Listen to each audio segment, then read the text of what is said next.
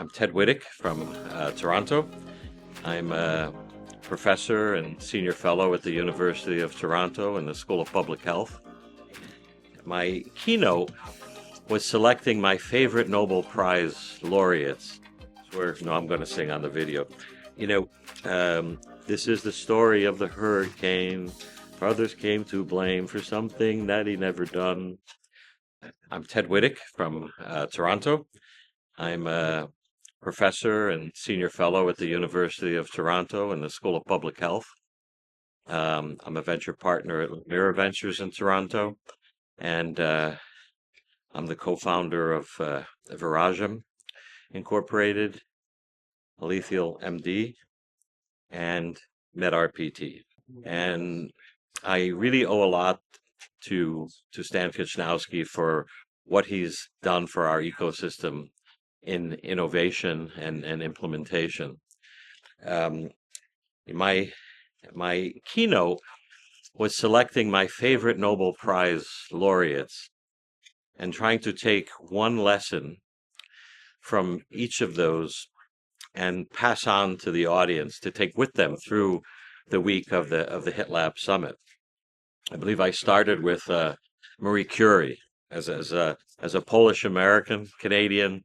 I was always taught by my parents the wonder of Marie Curie, the first woman to win a Nobel Prize, and the first person to win a Nobel Prize in two disciplines, her second Nobel Prize with her husband.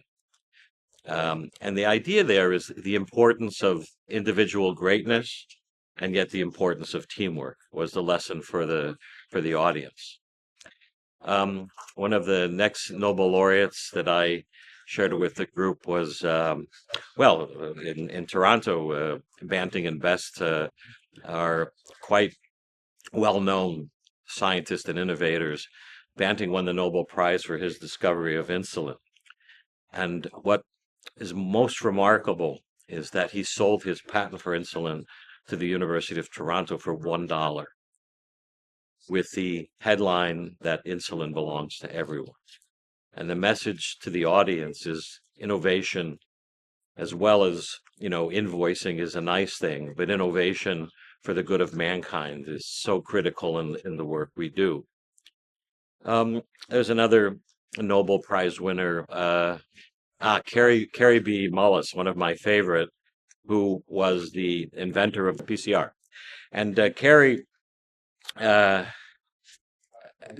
he actually had the thought of the PCR on his way home from a party in Bakersfield. I think he said it was at 3 a.m. and he couldn't wait to get to the lab to prove his concept, test his attractive but unproven hypothesis on how he could use DNA polymerase to amplify. And when he presented his findings to his company meeting at the Cetus Corporation, no one came to his poster. And he was really, to say, bummed out that no one was interested in his work. And yet, a few years later, he was awarded the Nobel Prize for that work. And the message to the audience there is the importance of staying professional and being persistent.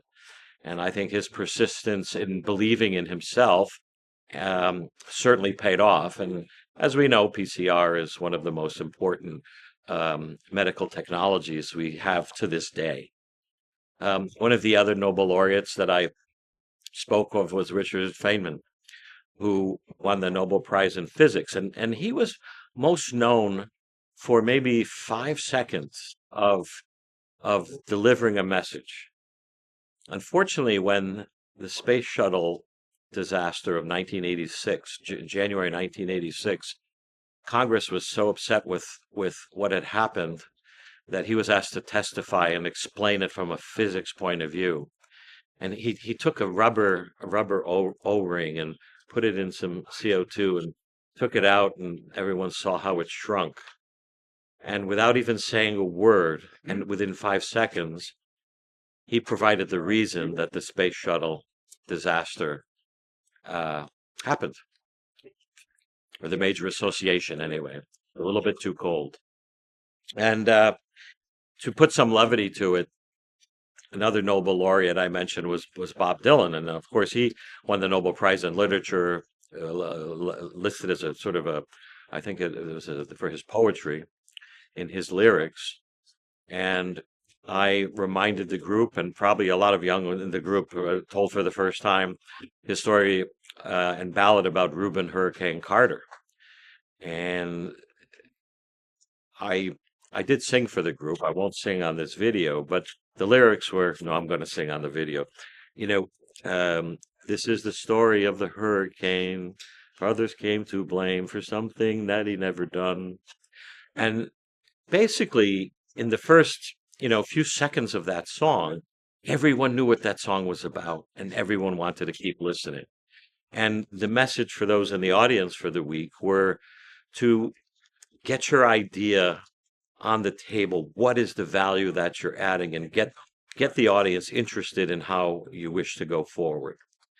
I'll just end on maybe one or two more that are um, rather significant in the realm of Nobel Prize winners.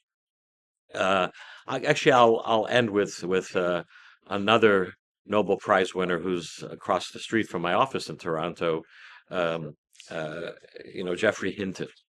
So Geoffrey Hinton is the godfather of AI, and we saw a lot of that here in our HITLAB Summit week. And when he accepted his Nobel Prize, he pointed out the utility for efficiency and for the good of mankind. And what we saw throughout the day Monday, and it's continuing throughout the week, is the joy of the efficiency that the technology is bringing, and to take pause to ensure that we're improving mankind.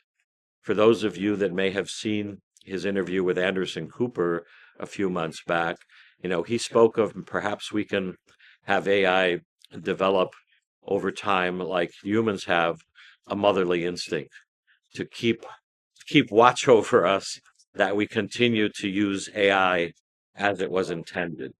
So in summary, I had quite a bit of fun to share my favorite Nobel Prize winners, and at the same time giving a message to the audience on some tiny learnings that could be harvested from their work and take forward in the rest of the week, and moving on for the good work that all of the attendees here are doing.